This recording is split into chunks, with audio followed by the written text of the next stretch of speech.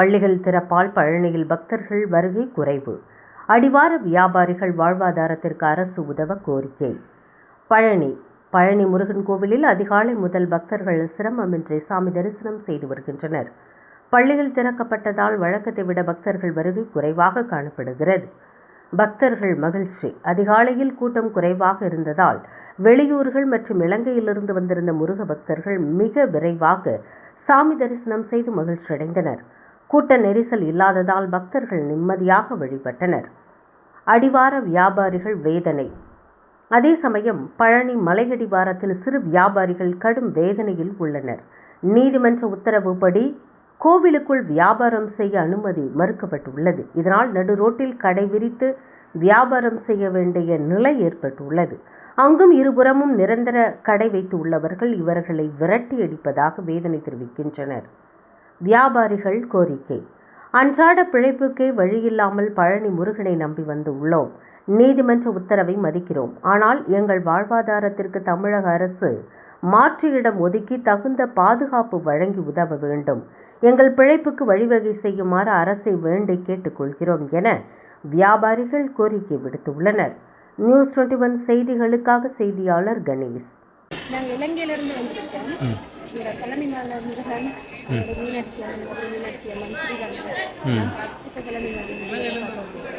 அவனோட அருளால நாங்கள் அங்கிருந்து விலகிதான் கட்ட தண்ணி வந்திருக்கோம். பழனி மலை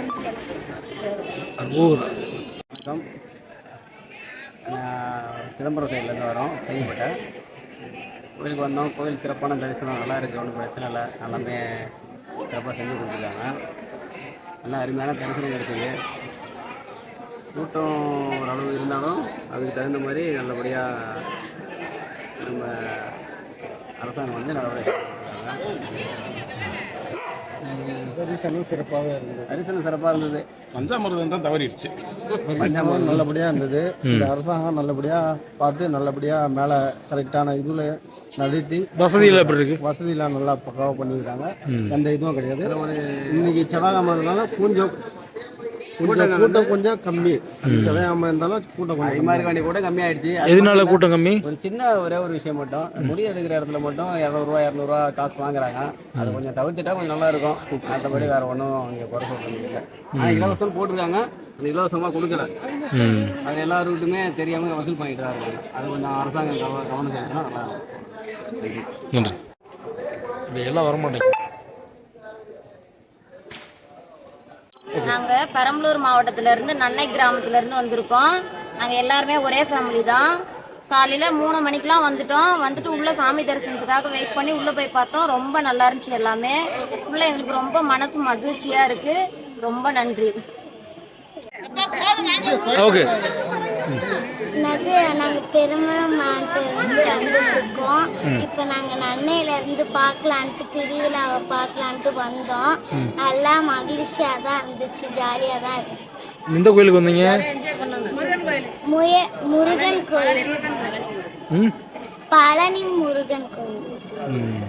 நன்றி. கூட்டம் வராதுங்க. சீசன் நேரத்தில் கூட்டம் வரும். அளவாக வியாபாரம் எப்படி இருக்கு? வியாபாரம் எப்படி போயிட்டு இருக்கு? அளவாக தானே கூட்டம் வந்து அதிகமாக சீசன் நேரத்தில் கார்த்திகை மாதிரி இப்போலாம் ஒரு அளவு கம்மியாக தான். பழனி அடிவாரத்தில் நாங்கள் சூடம், கயிறு வியாபாரம், ஃபேன்சி வியாபாரம் எல்லாம் கையாவாரம் செஞ்சுட்டு இருக்கோம். உள்ள கிரிவிக்குள்ள வித்துட்டு இருக்கோம். 3 வருஷமாக வெளியே அனுப்பிச்சாங்க எங்களை. நாங்கள் இப்போ பொழப்பில்லாமல் சென்னை ரோட்டில் நின்றுருக்கோம். ரோட்டில் நின்று வியாபாரம் பார்த்துட்டு இருக்கோம். அந்த பக்கத்து போனால் கடைக்காரன் அங்கிட்டு சத்த போகிறான், இங்கிட்டு போனால் அந்த கடைக்காரன் சத்த போகிறான். அதனால் ரோட்டில் வேறு வழியெல்லாம் நின்று வியாபாரம் பார்த்துட்டு இருக்கோம். நேற்று அமைச்சரை கூட மனு கொடுத்து எங்களோட வாழ்வாரத்தை பார்த்து நீங்கள் ஏதாவது நியூஸ் போட்டு எங்களை உள்ள கிரிவிக்குள்ள ஒரு ஓரமாக வியாபாரம் பார்க்குற மாதிரி வழிவகை பண்ணிக்கிறோம் சார்.